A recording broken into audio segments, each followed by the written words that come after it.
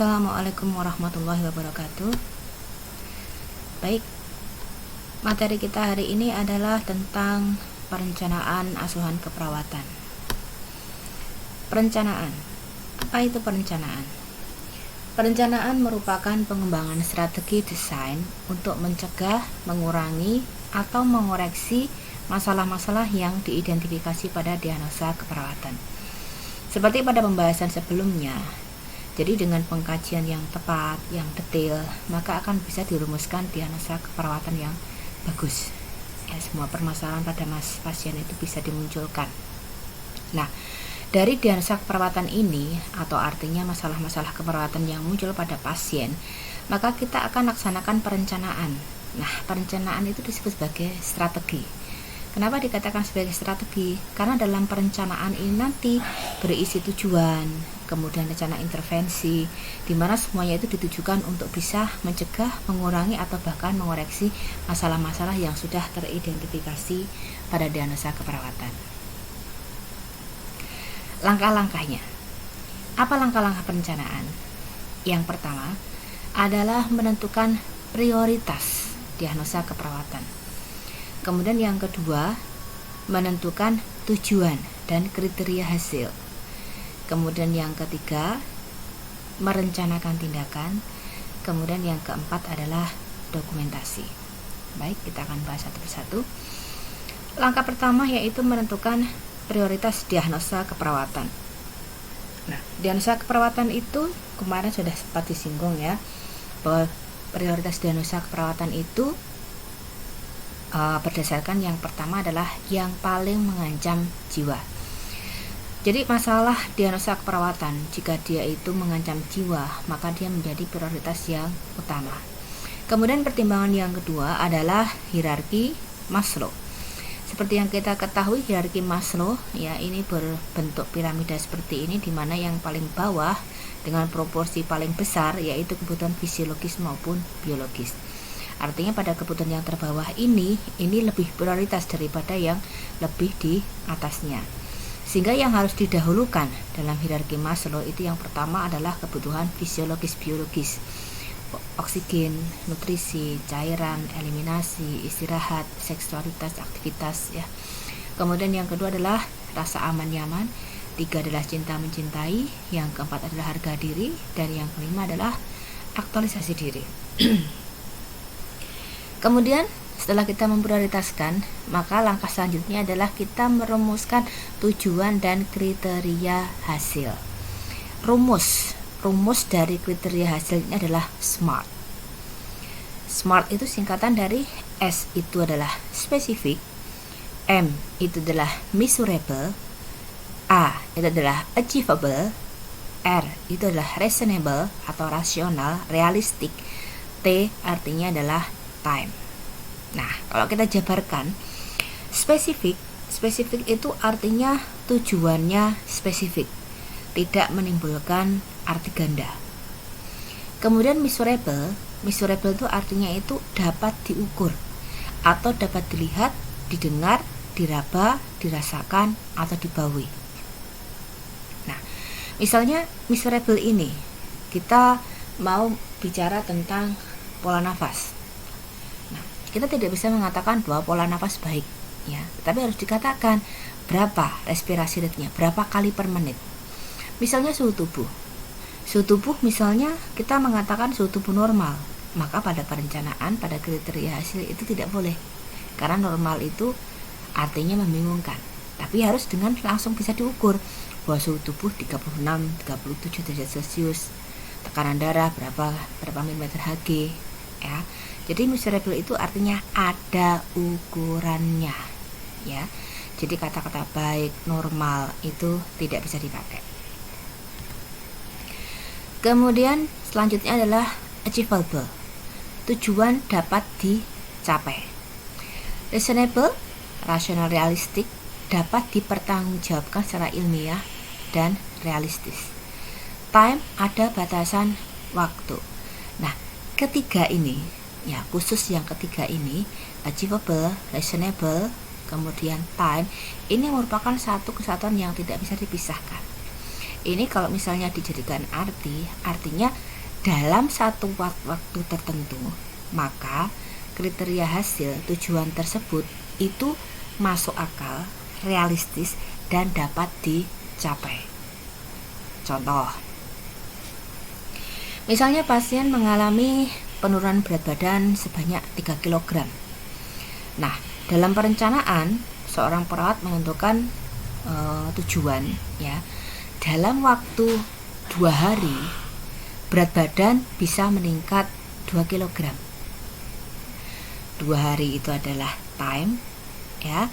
Kemudian 2 kg itu adalah measurable, ya.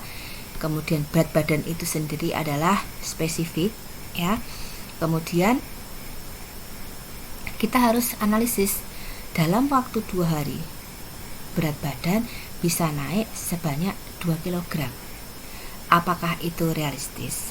Apakah masuk akal? Orang yang sakit dalam 2 hari berat badannya itu akan bisa naik 2 kg. Apakah itu bisa dicapai?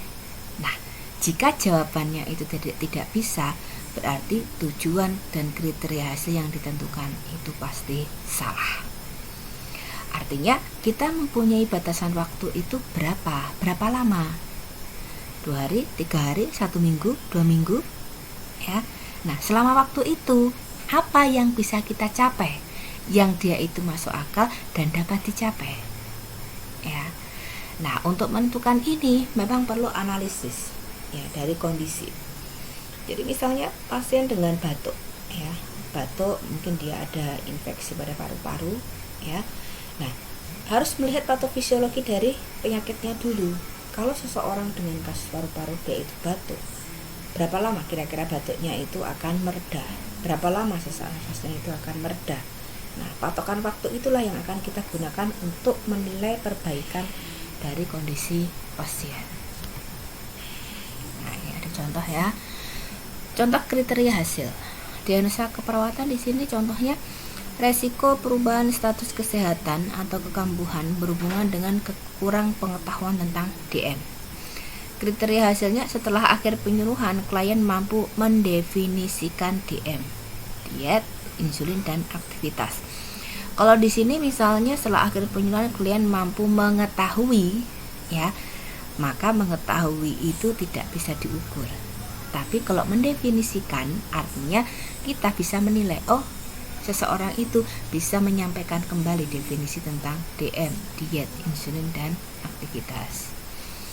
Contoh lagi, diagnosa keperawatan, gangguan konsep diri, harga diri berhubungan dengan perubahan body image akibat mastektomi, ya. Kriteria hasilnya sebelum pulang dari rumah sakit, klien dapat mengungkapkan perasaan kehilangan, dapat mengungkapkan. Artinya pasien itu bisa mengatakan, ya, ada keinginan positif untuk berhubungan dengan staf, pasien lain, dan pengunjung. Nah, sebelum pulang dari rumah sakit ini time, ya. Nah, kemudian dapat mengungkapkan rasa kehilangan, ya, ada keinginan positif berhubungan dengan staf, pasien lain, dan pengunjung. Ini sesuatu yang bisa diukur secara verbal. Contoh lagi, perubahan eliminasi alveoli berhubungan dengan penurunan peristaltik usus. Kriteria hasil dalam waktu 48 jam ada bunyi usus, dapat flatus, dan perut lembek. Dalam waktu 48 jam ini adalah time, ya. Kemudian ada bunyi usus, ini nanti bisa diauskultasi. Dapat flatus ini nanti bisa dikatakan secara verbal, ya. Perut lembek ini bisa dipalpasi, ya. Nah, jadi harus ada ukurannya dan rasional. Dalam waktu 48 jam, 2 hari untuk masalah eliminasi alveoli itu bisa diatasi. Contoh lagi misalnya perubahan nutrisi, kurang dari kebutuhan tubuh berhubungan dengan muntah dan dehidrasi yang terus menerus. Kriteria hasilnya ini tidak muntah dalam waktu 1 jam setelah pemberian obat anti muntah, ya, waktunya adalah 1 jam setelah pemberian obat anti muntah. Minum 1 liter dalam waktu 24 jam, ya, ada ukuran yang jelas. Kemudian selanjutnya itu adalah rencana tindakan. Nah, kalau di buku yang sudah wajib harus dimiliki itu adalah SIKI ya, Standar Intervensi Keperawatan Indonesia. Kalau diagnosa kemarin kan SDKI, Standar Diagnosa Keperawatan. Kalau ini adalah SIKI, Standar Intervensi Keperawatan. Ya, rencana tindakan ini merupakan desain spesifik dari intervensi untuk membantu klien dalam mencapai kriteria hasil. Ya, jadi di rencana tindakan ini sudah harus dipilihkan ya, dari berbagai pilihan itu sudah harus dipilihkan rencana tindakan yang sudah spesifik. Di sini harus menyesuaikan kondisi dari pasien ya. Nah, ini contohnya ya. Penyusunan rencana tindakan ini meliputi yang pertama adalah diagnosa keperawatan. Jadi ada rencana intervensi ini yang menyesuaikan dengan diagnosa keperawatan. Misalnya diagnosa keperawatan nyeri, maka di sana ada rencana keperawatan tentang nyeri. Misalnya diagnosa keperawatan tentang nutrisi kurang dari kebutuhan, maka ada manajemen tentang nutrisi kurang dari kebutuhan. Misalnya tentang status cairan, maka ada manajemen tentang status cairan ya. Jadi manajemen intervensi ini nanti ini menyesuaikan dari diagnosa masing-masing. Kemudian yang kedua, mengidentifikasi kemungkinan alternatif tindakan. Nah, mengidentifikasi kemungkinan alternatif tindakan ini misalnya ya. Jadi kalau di buku SIKI misalnya manajemen nyeri. Manajemen nyeri itu bisa saja ada 10 tindakan atau bahkan mungkin 15-20 tindakan. Tapi apakah semua bisa diberikan kepada klien atau pasien? Belum tentu. Ya. Atau misalnya pada pasien dengan bersihan jalan napas tidak efektif. Di sana mungkin banyak sekali langkahnya ya, langkah intervensinya. Tapi apakah akan diberikan semua? Ya. Nah, itu belum tentu. Kita melihat kondisi pasien. Sehingga langkah yang ketiga di sini harus menyeleksi alternatif yang mungkin. Ini contoh. Misalnya pasien dengan bersihan jalan nafas tidak efektif. Nah, pada diagnosa bersihan jalan nafas tidak efektif, salah satu rencana intervensi itu adalah dengan lakukan batuk efektif. Tapi pada saat yang sama, ternyata pasien ini mengalami hemoptu. Hemoptu itu artinya batuk darah. Nah, apakah pasien ini bisa dilaksanakan tindakan dengan batuk efektif? Nah, kita harus perhatikan kondisi pasien. Ya, jika pasien dengan hemoptu dia dilakukan batuk efektif, padahal kita tahu ya teknik batuk efektif itu pasiennya diminta untuk menarik nafas dalam-dalam ya selama 3 kali, kemudian ditahan selama beberapa detik ya, kemudian dia itu ditekan ya, dibatukkan itu dengan menekan gitu ya. Nah, dibatukkan dengan keras sehingga nanti sekret yang ada menempel di paru-paru itu bisa ikut keluar. Nah, jika itu dilakukan pada pasien dengan hemoptu, maka resikonya justru pembuluh darah pada tenggorokan itu malah bisa pecah, sehingga bukan meringankan penderitaan pasien, justru kondisi pasien itu bisa lebih buruk. Nah, oleh karena itu pada pasien dengan hemoptu, walaupun dia mengalami permasalahan ya dengan bersihan jalan napas tidak efektif ya, maka tindakan batuk efektif tidak akan masuk seleksi alternatif untuk rencana tindakan ya, karena kemungkinan resiko yang lebih buruk itu justru bisa terjadi pada pasien. Nah, itu artinya ya, jadi perlu diseleksi ya, mana yang memang cocok dengan kondisi pasien. Rencana tindakan sendiri ada 4 item besar ya. Yang pertama adalah diagnostik, yang kedua terapeutik, yang ketiga itu HE atau pendidikan kesehatan, yang keempat adalah kolaborasi. Diagnostik itu adalah rencana tindakan yang berupa diagnostik ya. Contoh, misalnya cek laboratorium, misalnya monitor tanda-tanda vital, kemudian monitor nyeri ya, observasi berat badan, observasi observasi cairan, itu semua adalah tindakan-tindakan diagnostik, ya. Terapeutik itu artinya tindakan mandiri perawat. Misalnya berikan pasien cairan yang cukup, berikan pasien lingkungan yang nyaman, ya. Kemudian hidrasi yang adekuat, ya. Nah, itu artinya adalah terapeutik. Pendidikan kesehatan itu artinya dalam satu diagnosa perawatan itu harus ada tindakan, ya, rencana tindakan untuk penyuluhan. Misalnya pasien dengan gangguan nutrisi, berarti health education-nya itu adalah tentang nutrisi yang berkaitan dengan penyakitnya. Kemudian yang keempat adalah kolaborasi. Kolaborasi ini artinya adalah kerjasama.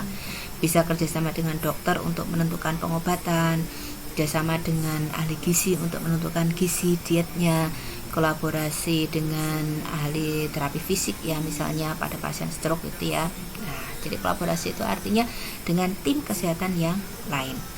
Nah, rencana tindakan empat-empatnya ini dalam satu diagnosa keperawatan wajib memuat 4 ini. Jadi ada tindakan diagnostik, ada tindakan terapeutik, ada tindakan pendidikan kesehatan, ada tindakan kolaborasi, ya. Dan ini bukan satu-satu, ya. Artinya diagnostik misalnya mungkin dalam satu diagnosa keperawatan ada banyak, ya. Ada observasi tanda-tanda vital, observasi nyeri, observasi apa, cek lab apa, gitu, ya. Nah, seperti tadi yang langkah selanjutnya diseleksi. Tetapi dalam rencana tindakan harus memuat 4 item besar, ya. Oke. Sekarang tentang dokumentasinya, ya. Yang pertama, kaji ulang semua data pasien. Pastikan bahwa data ini sudah relevan, sudah komplit, ya, dan diagnosa yang ditetapkan itu sudah benar, ya. Karena kalau nanti diagnosanya ini salah, artinya rencana intervensi perencanaan itu pasti juga akan salah.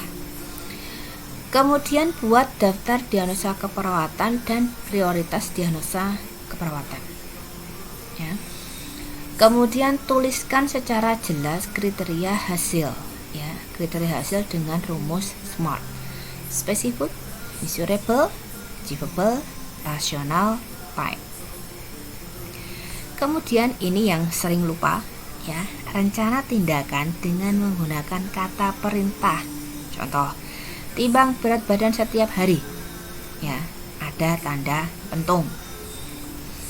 Kemudian tuliskan rasional. Nah, yang perlu dipahami di sini rasional itu adalah pola berpikir, ya, pola berpikir dari intervensi yang diberikan. Misalnya pasien dengan suhu di atas normal, ya, dia misalnya diberikan cairan, ya. Nah, rasionalnya apa? Saat pasien dengan suhu tinggi, kemudian dia diberikan banyak air minum, artinya dalam tubuh itu akan terjadi proses evaporasi, ya, sehingga panas tubuh itu bisa berkurang. Nah, itu namanya adalah rasional.